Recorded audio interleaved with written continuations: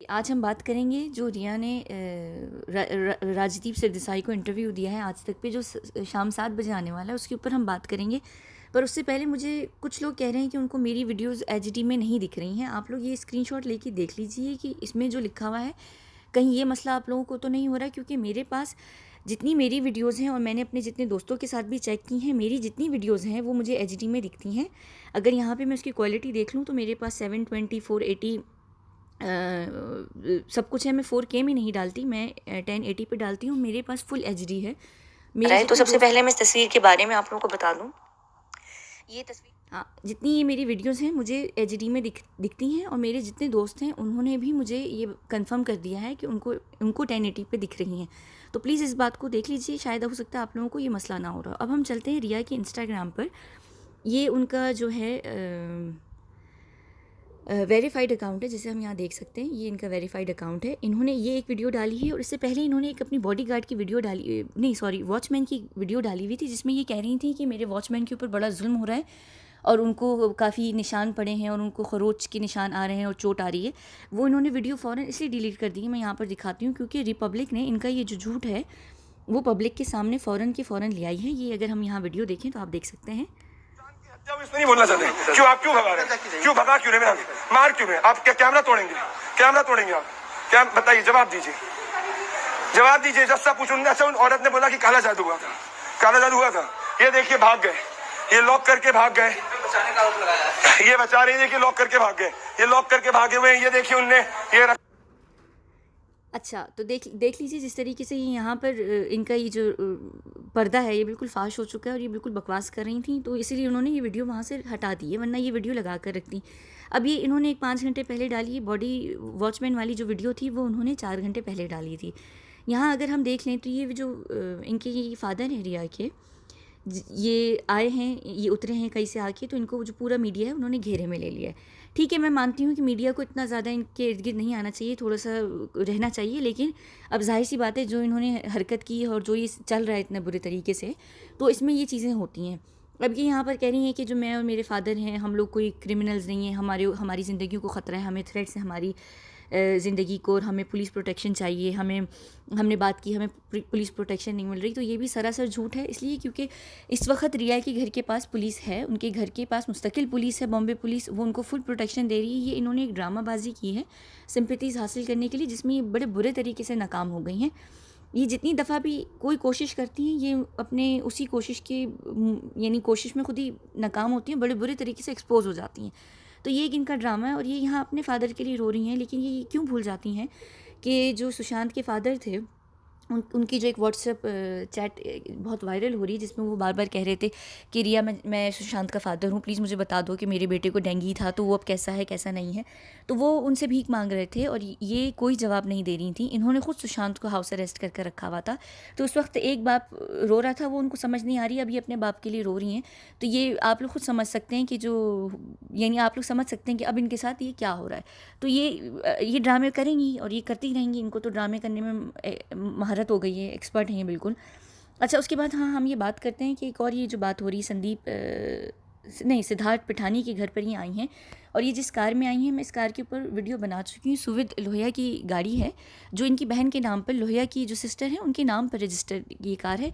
इसका मैं लिंक जो है मैं डिस्क्रिप्शन बॉक्स में डाल दूँगी, आप लोग देख सकते हैं। ये वही कार है जो इनको ईडी ऑफिस लेके गई थी, जिसको पहले जोया अख्तर की कार समझा जा रहा था। मैं इसको एक्सप्लेन पहले ही कर चुकी हूँ। अच्छा, उसके बाद हम आते हैं कि इन्होंने जो ये राजदीप सरदेसाई को इंटरव्यू दिया है, जो शाम 7 बजे ऑन एयर होने वाला है, जिसमें इन्होंने काफ़ी ड्रामा किया। अगर आप लोग चाहेंगे तो वो पूरा जो 14 मिनट का क्लिप है, मैं इसको अभी ही फ़ौरन उसका फुल एनालिसिस कर दूँगी आप लोगों के लिए, अगर आप लोग चाहते हैं, लेकिन वो वीडियो थोड़ा लंबा हो जाएगा। खैर, जो मेरे पास छोटे छोटे क्लिप्स हैं, हम उनके ऊपर बात करते हैं। तो सबसे पहले हम इस क्लिप पर बात करते हैं। ये जो एक चल रहा है 2 मिनट का क्लिप है, इसको देखिए, फिर हम इसके ऊपर बात करते हैं। 3 दिन हम लोग वो सुशांत रूम से नहीं निकला। You and Sushant in this relationship went to Europe together. आप दोनों साथ यूरोप चले गए थे। वहां ऐसे क्या हुआ कि सुशांत की तबीयत तब खराब होने लगी? कब से आपको पता चला? आप अप्रैल से उनके साथ थी, कब आपको पहले पता चला कि शायद Sushant is suffering from depression? उनको depression, mental some kind of a mental problem, possibly bipolar जिसे कहते हैं, सुशांत को वो प्रॉब्लम है। कब आपको पता चला उस यूरोप के ट्रिप? अच्छा, सुशांत को बाइपोलर है यानी इनको ज़रूर है। ये जिस तरीके से जर्नलिस्ट हो के एक तरफ बातें कर रहे हैं कि ये और वो, और दूसरी तरफ ये इतना सॉफ्ट इंटरव्यू दे रहे हैं, तो ये तो इनकी दो बाइपोलर शख्सियत तो ही नहीं की, ये खुद ही इनकी जो शख्सियत है, जो इनकी पर्सनालिटी है, वो बाइपोलर का शिकार तो ये खुद है अंकल साहब। यानी इनको कोई आके ले जाए, वो कौन थे, मुकेश चावड़ा थे, कौन थे वो जो एक बड़े जिनका नाम चल रहा है, कोई साइकेट्रिस्ट थे, कौन थे, जो महेश भट्ट के कोई थे, मुझे याद नहीं है, अगर आप लोगों को नाम याद हो तो बता दीजिएगा। ये उनको उनके पास भेजें, ये केस खुद ही बाइपोलर का केस है। एक तरफ ये सबकी वो बड़ा कर रहे हैं और ये और वो कि क्या कहते हैं मीडिया ट्रायल्स नहीं होनी चाहिए, तो ये क्या मीडिया ट्रायल नहीं है, ये सॉफ्ट मीडिया ट्रायल नहीं हो रही, बिल्कुल इतनी सॉफ्ट सी प्यारी प्यारी सी मीडिया ट्रायल चल रही है और इतने प्यार से ये बात कर रहे हैं जैसे ये जो लड़की है ये आरोपी तो है ही नहीं ना, सबसे बड़ी आरोपी इस केस के अंदर ये औरत है, और ये इसके साथ बैठ के इतने प्यार से बातें कर रहे हैं जैसे कि क्या कहते हैं, यानी हलवा हो रहा है सब कुछ, ठीक है ना। इनका एक हैशटैग चल रहा है आज तक ग्रिल रिया, ठीक है, तो ये रिया को ग्रिल कर रहे हैं, उसके साथ ये लोग बैठ के ग्रिल फोड़ रहे हैं, यानी खा रहे हैं ग्रिल हुआ हुआ खाना। मुझे नहीं लग रहा कि ये कोई भी रिया को ग्रिल कर रहा है, ये बकवास हैशटैग है, इसको तो हमें यूज़ भी नहीं करना चाहिए। जी, यूरोप के ट्रिप जाने वाले दिन सुशांत ने मुझे बोला कि, और अच्छा देखिए, एक और मैं चीज़ यहाँ दिखा दूँ, ये औरत इतना बड़ा झूठ बोल रही है। जब इंसान झूठा होता है ना, तो उसकी जो बॉडी लैंग्वेज होती है, उसके फेशियल एक्सप्रेशंस होते हैं, उसकी जो भी शख्सियत में यानी एक अंदाज़ होता है, वो पता चल जाता है कि वो झूठ बोल रही है। अब मैं बताती हूँ किस तरह। एक तो ये जब झूठ बोल रही है, ये ऊपर देख रही है, फिर ये अटकने की कोशिश कर रही है। वो क्यों कर रही है मैं बताऊँ। इंसान दो तरह से अटकता है। एक, जब वो झूठ बोल रहा होता है वो अटकता है। एक इंसान नेचुरली अटकता है जब हम सच बोल रहे होते हैं। हम कोई सच बात में, जब अक्सर आप लोगों से कोई बात कर रही होती है, कहीं एकदम बंदा अटक जाता है। वो होता है कि आपके जहन में एक लफ्ज़ आ रहा होता है, आप एकदम भूल जाते हैं, आपको याद नहीं आता है कि आपने कहना क्या है। वो एक नेचुरल अटकते हैं आप, वो पता चल जाता है अगले को भी, सुनने वाले को, कि वो यानी नेचुरली आप अटकें। एक होता है ये झूठ नौटंकीबाजी, जिसमें आप अटकने की कोशिश कर रहे होते हैं, आप इतना नौटंकी कर रहे होते हैं कि वो पता चलता है। ये क्यों अटक रही है, ये दिखाने के लिए अटक रही हैं कि मैं चीज़ों को याद करके बता रही हूँ, मैंने तो स्क्रिप्ट रटा नहीं है। क्योंकि अगर मैंने स्क्रिप्ट रटा होता तो ये फरफर बोलती, अब ये फरफर नहीं बोल सकती, फरफर बोलेंगी तो लगेगा कि ये स्क्रिप्ट रट कर आई हैं। तो ये कोशिश कर रही हैं अपने आप से ड्रामा करने की। मैं आप लोगों को थोड़ा सा पीछे करती हूँ। जी, यूरोप के ट्रिप जाने वाले दिन सुशांत ने मुझे बोला कि, और सबको बताया कि उसको फ्लाइट में बैठने से बहुत क्लॉस्ट्रोफोबिया है, और उसके लिए वो एक दवाई लेता है जिसका नाम है मोडाफिनिल, और उसके पास वो दवाई हमेशा रहती थी, और उसने फ्लाइट जाने से पहले वो खुद ही ले ली। He didn't even अच्छा, अब ये जिस दवा की बात कर रही हैं, मैं आप लोगों को इस दवा का बता दूं। ये जो दवा है ये एंग्जाइटी बढ़ाने के लिए दी जाती, एंग्जाइटी ख़त्म करने के लिए नहीं दी जाती। और हम एंग्जाइटी की यहाँ इसलिए बात करेंगे कि जब भी कोई भी फ़ोबिया होता है, किसी भी शख्स को किसी भी तरीके का फ़ोबिया, तो वो फ़ोबिया जो आपका शुरू होता है वो एंग्जाइटी से ही शुरू होता है, और एंग्जाइटी ही की वजह से आपको वो फ़ोबिया, यानी कोई भी आप अगर आपको किसी भी तरीके का फ़ोबिया हो, आप लोग इस बात को समझ सकते हैं कि वो आपको एंग्जाइटी देता है। तो एंग्जाइटी ख़त्म करने के लिए दवाई दी जाती है, ना कि एंग्जाइटी बढ़ाने के लिए। और ये दवा एंग्जाइटी बढ़ाती है, ये यहाँ पर क्लियरली लिखा हुआ भी है। ये एंग्जाइटी बढ़ाने के लिए होती है, ख़त्म होने के लिए नहीं होती। तो सबसे पहले तो उस डॉक्टर को जाके उसका गिरबान पकड़ के पूछना चाहिए कि एक शख्स अगर उसको फ़ोबिया है और उसको एंग्जाइटी है, तो आप उसकी एंग्जाइटी ख़त्म करने की दवा देंगे या उसको बढ़ाने के लिए देंगे। और अगर आप बढ़ाने के लिए देंगे तो फिर आप खुद ही समझ लीजिए कि उस डॉक्टर का मोटिव क्या होगा, या उस डॉक्टर के पीछे किसका हाथ होगा, ठीक है ना। तो ये बात जो है ये एक अपनी तरफ से दोबारा बिल्कुल क्या कहते हैं बेकार हो गई। दूसरा यहाँ पर ये भी लिखा हुआ है कि नींद के जो इश्यूज़ होते हैं, हमारी नींद को के रिलेटेड जो इश्यूज़ होते हैं उसके लिए भी होती है। जैसे कि कहा जा रहा है कि शुरू में सुशांत के मेरे ख्याल से कोई ड्राइवर थे जो कह रहे थे कि सर जो हैं वो हर वक्त सोते रहते थे ऊपर कमरे में, और जो रिया थी वो नीचे पार्टीज़ किया करती थी।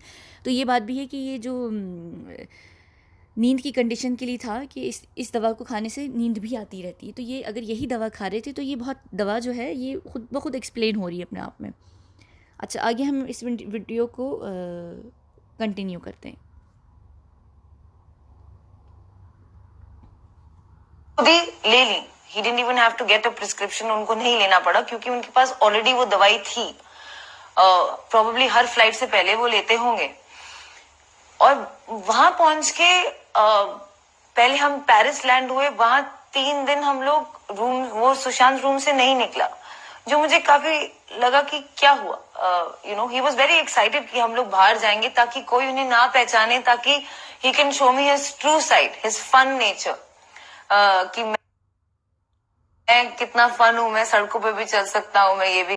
अच्छा, अब ये जो बात कर रही हैं इस वक्त ट्रू साइड की, ये सुशांत की ट्रू साइड की बात नहीं कर रही, ये अपनी असली चेहरे और असली हकीकत की बात कर रही हैं। मैं यहाँ बता दूँ कि जो एक क्रिमिनल माइंड होता है वो किसी ना किसी तरीके से अपने लफ्ज़ों से या अपने एक्शन से ये बात ज़ाहिर करता है कि उसकी सोच क्या है, क्योंकि वो खुले में नहीं बोल पाता, तो वो किसी का कवर करके, किसी के कंधे पे बंदूक रख के अपनी सोच बताता है, ज़ाहिर करता है। मैंने रिया की 2 इंस्टाग्राम वीडियोज़ अलग अलग हैं, उनमें डिकोड किया है कि रिया की जो दिमागी स्थिति थी, जो उनका जो दिमाग था, उसकी जो सोच थी वो कैसी थी। मुझे सब उस पर कह भी रहे थे कि नहीं ये तो एक नॉर्मल इंस्टाग्राम होता है, उसमें कैप्शन कुछ भी इंसान लिख सकते। नहीं, मैं आप लोगों को बता दूं, फॉरेंसिक में और क्रिमिनल जो फॉरेंसिक और क्रिमिनल माइंड होता है उसका एक बहुत बड़ा ताल्लुक होता है, और जो क्रिमिनल्स होते हैं वो इसी तरीके से पोस्ट्स करते हैं, क्रिप्टेड, इनक्रिप्टेड, कोडेड, डिकोडेड, यानी वो कोड्स में लिखते हैं तो हम उनको डिकोड करते हैं। ये बहुत ज़्यादा जो है नॉर्मल और कॉमन चीज़ है, और यहीं से आप एक क्रिमिनल को पकड़ते हैं।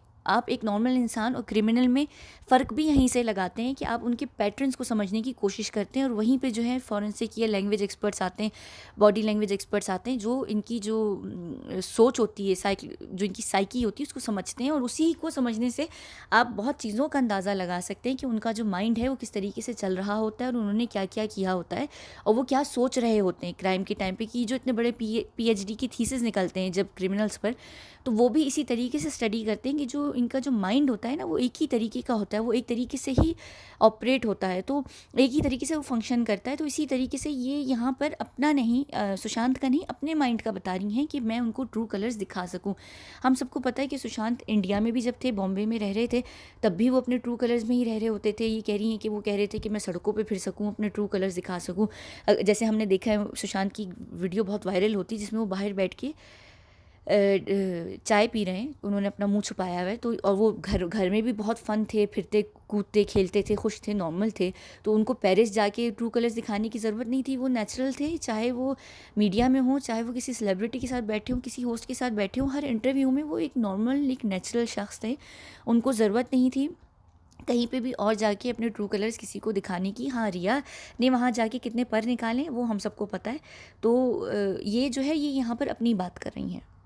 प्रोबेबली हर फ्लाइट से पहले वो लेते होंगे। निकला जो मुझे काफी, मैं कितना फन हूँ, मैं सड़कों पे भी चल सकता हूँ, मैं ये भी कर सकता हूँ, जो इंडिया में वो नहीं कर पाते थे। लेकिन वहां जाके वो रूम से नहीं निकले।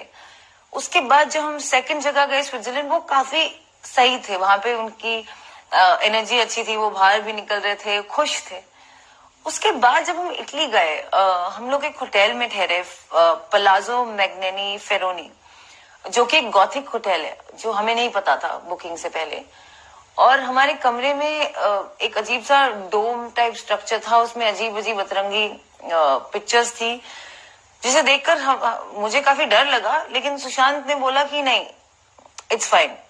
उस रात वो सो नहीं सका, और उसने बोला कि यहाँ पे कुछ है, और मैंने बोला बुरा सपना है, we are all getting worried. आपको अगर कोई जगह हॉन्टेड लगने लगे या कोई विचित्र image.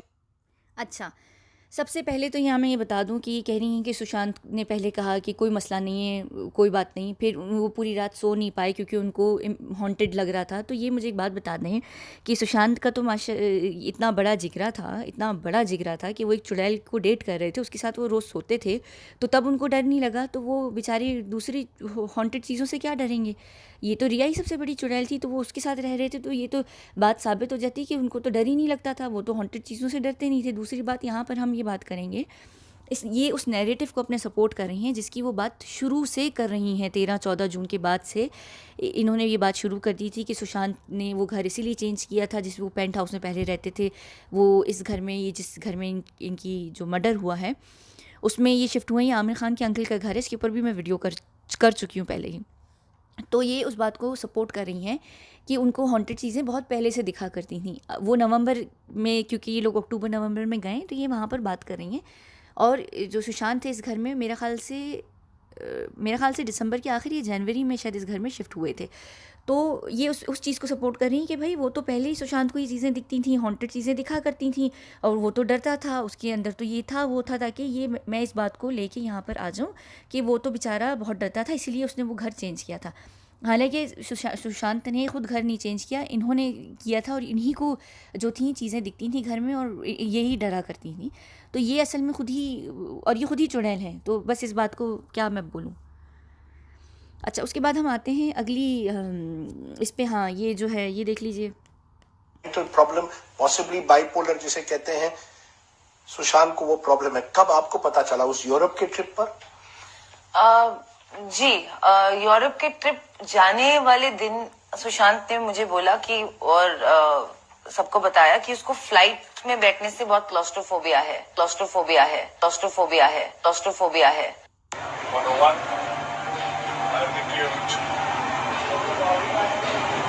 attribute 3000 set, flaps up,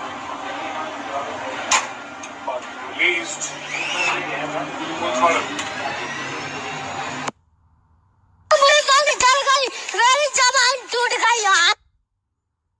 यानी कुछ भी ये बोलेगी, कुछ भी, और इसको लग रहा है कि हम बिल्कुल बेवकूफ़ लोग हैं और हम इसकी बातों पे यकीन कर जाएंगे। यानी कुछ भी, कुछ भी। यानी देखिए, ये सबसे जो बड़े यहाँ पर इन लोगों से गलतियाँ हो रही हैं ना, इनकी जो पूरी स्क्रिप्ट है, इन्होंने स्क्रिप्ट लिख ली है, उसका रट्टा मार लिया, इन्होंने रिसर्च नहीं की। मैं कल भी एक वीडियो में बता रही थी कि इन लोगों ने कैलकुलेशन नहीं की। अगर ये कैलकुलेशन करते, बेड, मैट्रेस, सुशांत की हाइट, फ़ैन की हाइट, सीलिंग की हाइट, तो इतना बड़ा इनकी स्क्रिप्ट में ये लूप होल ही ना निकलता। इसी तरह ये जो दवा के ऊपर बात कर रही हैं, बहुत सारी चीज़ों में इन्होंने कैलकुलेशंस नहीं की, इन्होंने एक स्क्रिप्ट लिखा है, क्योंकि वो किसी बॉलीवुड वाले ने लिख के इनको स्क्रिप्ट दिया था। तो बॉलीवुड वालों का हमें पता है कि वो रिसर्च नहीं करते। जैसे कितनी एक्शन फिल्म्स होती हैं जिसमें फ़िज़िक्स, साइंस, हर जो चीज़ें वो खिड़की से बाहर चली जाती है, यानी बात ही ख़त्म हो जाती है, फ़िज़िक्स खिड़की से खुदकशी कर लेती है, इस तरह फिल्म्स बनाई जाती हैं। तो इसी तरह इन्होंने ये फ़िल्म का जो स्क्रिप्ट लिखा था, इसमें इन्होंने सोचा होगा कि भाई कौन कैलकुलेशंस करे, जनता पागल है, उन्होंने तो इतना ध्यान देना ही नहीं है, हम कुछ भी लिख देंगे, कुछ भी बोल देंगे, लोग जो हैं उस बात का यकीन कर देंगे। अब उनको पता ही नहीं था कि यहाँ पर तो एक से बढ़ के एक लोग बैठे हैं और इनका जो है सारा ड्रामा जो है, उसका राज जो है वो फाश हो जाएगा। अच्छा, एक और बात, ये जो हम हैं ये जो राजदीप सरदेसाई हैं, इन्होंने ये कभी 8 घंटे पहले ट्वीट की है, जिसमें ये बड़े प्यार से, इतने प्यार से बात कर रहे हैं कि एक जवान औरत, यानी बिल्कुल इतनी उफल्ला, यानी क्या मैं बोलूँ ना। तो ये देखिए, यहाँ पर ये बात कर रहे हैं, क्या बात कर रहे हैं, हाँ, ये कि उनकी स्टोरी, जो उनकी स्टोरी का हिस्सा है, जो उनकी स्टोरी का हिस्सा है। अच्छा, एक मिनट, ये मैंने खैर अभी पढ़ी भी नहीं है, जो भी है, मैं पढ़ भी नहीं रही, मेरा दिल भी नहीं कर रहा। ये जो है इन्होंने ट्वीट उनकी फेवर में की हुई है, और ये इतने प्यार से, यानी इतने प्यार से इसके ऊपर बात कर रहे हैं, इतने प्यार से इसके ऊपर बात कर रहे हैं कि मैं सोच ही नहीं सकती। यानी इनको बाइपोलर है, ये बात मुझे समझ आ गई। ये बड़े उससे बात कर रहे हैं कि हम, एक बड़ी मासूम सी औरत है, बेचारी बच्ची है, उसको हम सब ने फंसाया हुआ है, मीडिया ट्रायल्स। अच्छा, ये खुद मीडिया ट्रायल कर रहे हैं, अब सॉफ्ट इंटरव्यू लेके, अब ये कोई मीडिया ट्रायल नहीं है। तो ये सारी बकवास चल रही है, और ये सारे एक से एक बढ़ के झूठे लोग हैं। ये भी मैंने उस वक्त पढ़ी थी, हमें पता नहीं, आप लोग खुद ही पढ़ लीजिए, मैं एक्सप्लेन भी नहीं करूँगी। बस ये यानी आप समझ लें कि ये पैसा खा चुके हैं, इन्होंने पैसा खा लिया है, और ये जो है इस चीज़ में आ गए कि अब ये सारी बातें ऐसी ही करेंगे। ये अब इसका इमेज आने लगेगा। ईडी में जब ये बैठी हुई थी रिया, तो उन्होंने उसी वक्त एक अपने डायरेक्टर फ्रेंड को फ़ोन किया था, जो बहुत जाने माने डायरेक्टर फ्रेंड हैं। अब इनके सबसे जाने माने डायरेक्टर फ्रेंड कौन है वो हम सबको पता है, वो उनके महेश बाबू हैं, महेश भट्ट को इन्होंने फ़ोन किया था। उन्हीं से इन्होंने उसी वक्त ही बात करना शुरू कर दी थी कि मुझे कोई ऐसे लोग मिल जाएँ जो मेरा पॉजिटिव इमेज, मेरे हल्के हल्के इंटरव्यूज़ लेना शुरू करें। तो जाहिर सी बात है, आज तक बिक गया है। नेक्स्ट एनडीटीवी की बारी है, बरखा जो है वो इनका इंटरव्यू ज़रूर लेंगे, आप देख लीजिएगा। मैं इनको चैलेंज करती हूँ कि ये आएँ अर्नब के शो पे और अर्नब के साथ बैठ के बात करें, और फिर देखें कि इनका क्या होता है। ये अर्नब के पास तो कभी भी नहीं जाएंगी, खैर ये तो आप लोग भूल ही जाएँ। तो ये सारी जो चीज़ें, और मैं ये जो इंटरव्यू हो रहा है और उस वक्त जो इनका सपोर्ट सिस्टम चल रहा है, इतना तेज़ी से इनकी जो पीआर टीम काम कर रही है और इनको हर कोई जो सपोर्ट कर रहा है, उसका जो यहाँ पर बात बनती है, वो सिर्फ ये बात बनती है कि इनको इस वक्त फुल सपोर्ट है। मैं कल भी संदीप सिंह की एक वीडियो में बता चुकी हूँ कि ये जो है ये सेकंड नंबर पर आती हैं। थर्ड नंबर पर जो तीसरा जो यानी ये समझने 3 स्टेप्स हैं, तो जो तीसरा वाला है वो सबसे लो सबसे जो नीचे हैं उनमें ये सारे हाउस हेल्प, घर के लोग और छोटे छोटे लोग आते हैं जो फंस सकते हैं सबसे पहले। सेकंड में जो है रिया और संदीप आते हैं, और उसके बाद जो ऊपर है वो सारा बॉलीवुड और माफिया और वो जो आदित्य ठाकरे वो लोग आते हैं। तो ये जो है ये अभी बहुत ज़्यादा इनको जो सपोर्ट मिली हुई है। इनका भागने का भी हो सकता है, ये भाग भी सकती हैं, या फिर ये बिल्कुल केस के अंदर पकड़ी जाएंगी, और ये दोनों चीज़ें हो सकती हैं। अगर ये भाग गई तो इनको कोई ना कोई भगा देगा, अगर ये पकड़ी गई तो इनके ऊपर सब इनका साथ छोड़ देंगे, ये बहुत बुरे तरीके से फंसेंगी। लेकिन इन इंटरव्यूज़ का मतलब इस वक्त ये है कि इनको पूरी सपोर्ट इस वक्त है अभी तक। तो यानी अभी भी ये लोग नहीं डरे हुए, अभी भी बहुत कुछ हम लोगों की नाक के नीचे हो रहा है और बहुत कुछ होने वाला है। तो क्या कहते हैं, इस चीज़ को ज़रूर ध्यान में रखिएगा। अच्छा हाँ, एक और बात ये कि मैं बता दूँ, क्या बात बताने वाली थी मैं, हाँ अच्छा, मुझसे ना बहुत सारे लोग बहुत सारे सवाल जवाब कर रहे होते हैं ट्विटर उस पर यूट्यूब में नीचे। तो आप लोग अगर चाहें तो मैं सोच रही हूँ एक मैं वीडियो कर लेती हूँ। मैं लाइव नहीं आऊँगी क्योंकि मुझे अपनी आइडेंटिटी रिवील नहीं करनी है।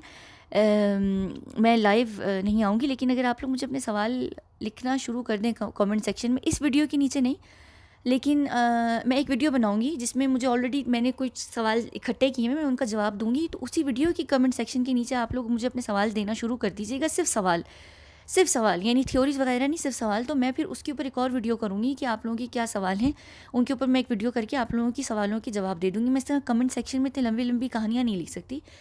और दूसरी बात क्या है, हाँ बस यही सारी बात थी। ठीक है, अगर आप लोग चाहते हैं तो वो उनका 14 मिनट का इंटरव्यू है, उसका मैं एनालिसिस कर देती हूँ। ये अगर आप लोगों को यहाँ तस्वीर दिखेगी, आप लोग कहेंगे कि ओहो ये लड़की तो मुसलमान है। हाँ मैं मुसलमान हूँ, मुसलमान होने से क्या होता है, कोई बुरी बात नहीं होती। इंसान मुसलमान हो, हिंदू हो, क्रिश्चियन हो, उसका कोई लेना देना किसी भी चीज़ से नहीं होता। तो ये मैं बता दूं, क्योंकि मैं ये बात इसलिए भी बता रही हूँ कि नीचे बहुत सारे लोग आते हैं, वो मेरी अलग अलग आइडेंटिटी को क्रैक करने की कोशिश करते हैं। आप लोग नहीं क्रैक कर पाएंगे। मैं ये बात ज़रूर बता दूं, मज़हब जो होता है, रिलीजन होता है, वो इतना कोई बड़ा मसला नहीं होता। उस मज़हब से आप किसी की आइडेंटिटी को क्रैक नहीं कर सकते। तो ये मुझे बताने में वैसे भी कोई मसला नहीं है कि मैं मुसलमान हूँ, लेकिन जो मेरा नाम या मैं कहाँ की हूँ, मैं कहाँ की नहीं हूँ, वो आप लोग कभी भी नहीं कर पाएंगे। और हो सकता है कि मैं अपना नाम आप लोगों को बता भी दूँ, ठीक है ना, वो मैं बता दूँगी। तो वो नाम को ही क्रैक करते रहिएगा कि वो नाम कहाँ का है। वहाँ अगर उसको आप क्रैक कर देंगे ना मेरे नाम को, तो आप लोग को पता चल जाएगा कि मैं कहाँ की हूँ। जो आप लोग कह रहे हैं कि मैं इंडिया की हूँ, मैं पाकिस्तान की हूँ, या मैं दुबई में रहती हूँ तो मैं वहाँ की हूँ, मैं कहीं और की हूँ, वो मेरा नाम जो है वो आप लोग जब पढ़ेंगे, अगर उसको क्रैक कर पाए तो समझ जाएंगे कि मैं कहाँ की हूँ। ठीक है, अच्छा चलें, ये सारी बात हो गई। और कोई बात है कि नहीं, मुझे याद नहीं है। हाँ, अंकिता के ऊपर मैंने वीडियो बनानी है, मैंने ज़रूर बनानी है। मुझे सब बार बार कह रहे हैं, मैं बनाऊँगी। मैं किसी से खैर डरती वगैरह तो बिल्कुल भी नहीं हूँ, मैं बहुत इन मामलों में किसी से नहीं डरती। मैं अंकिता पे बनाऊँगी। मैं सिर्फ कुछ दिन और इंतज़ार करना चाह रही हूँ, क्योंकि अंकिता इतने बड़े बड़े, क्या मैं सब बोलूँ, ड्रामे कर रही है ना, कि वो मैं चाह रही हूँ जितना मेरे पास मटेरियल जमा होगा ना, मैं वीडियो में उसको एक साथ ही डाल दूँगी।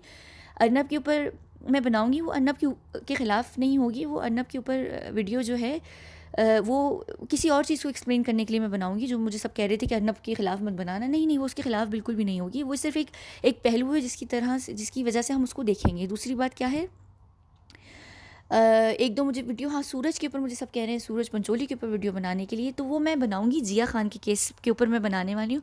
असल में हम इस केस के अंदर इतना ज़्यादा अंदर जा चुके हैं कि मैं रोज़ कुछ सोच रही होती हूँ किसी के ऊपर वीडियो बनाने की। मैंने उसका सामान और उसकी रिसर्च जमा करके रखी होती है, लेकिन कोई नया टॉपिक आ जाता है तो वीडियो मैं उसके ऊपर बनाने लग जाती हूँ, पीछे की वीडियोज़ रह जाती हैं। मैंने दिशा के ऊपर पूरा केस जो है वो क्रैक किया हुआ है, उसके ऊपर मुझे वीडियो बनानी, मुझे टाइम नहीं मिल रहा है। दिशा के ऊपर, जिया के ऊपर, दिशा और जिया दोनों के केसेस का जो सिमिलैरिटीज़ हैं सुशांत के केस से, उसके ऊपर मैंने वीडियो बनानी है। मैंने बहुत सारी बनानी है, और एक वीडियो और मैंने बनानी है आदित्य के ऊपर, कि आदित्य ठाकरे अगर पकड़े गए तो फिर क्या होगा, जो फिर उसके बाद होगा क्या। तो वो एक वीडियो है, ये मेरे पास है लाइनअप में। मुझे सिर्फ टाइम नहीं मिल रहा, क्योंकि रोज़ एक नया वाक़या हो जाता है, रोज़ कोई बात हो जाती है, रोज़ मुझसे लोग पूछने लग जाते हैं। तो मुझे समझ नहीं आ रहा कि मैं कौन कौन सी वीडियो को बनाना शुरू करूं। खैर मुझे बता दीजिए, अगर आप लोग चाहते हैं तो वो 14 मिनट का पूरा क्लिप अभी हम सुन के उसको क्रैक कर लेते हैं। वैसे तो अभी यहाँ पर ऑलरेडी 4 बज रहे हैं मेरे पास, इंडिया में इस वक्त 5:30 हो रहे होंगे शायद, तो 7 बजे तो इंटरव्यू वैसे ही आने वाला है 2 घंटे का। 2 घंटे वाला करूँ या 14 मिनट का, मुझे बता दीजिए, फिर हम आगे बात करते हैं। ठीक है, बहुत शुक्रिया आप लोगों का।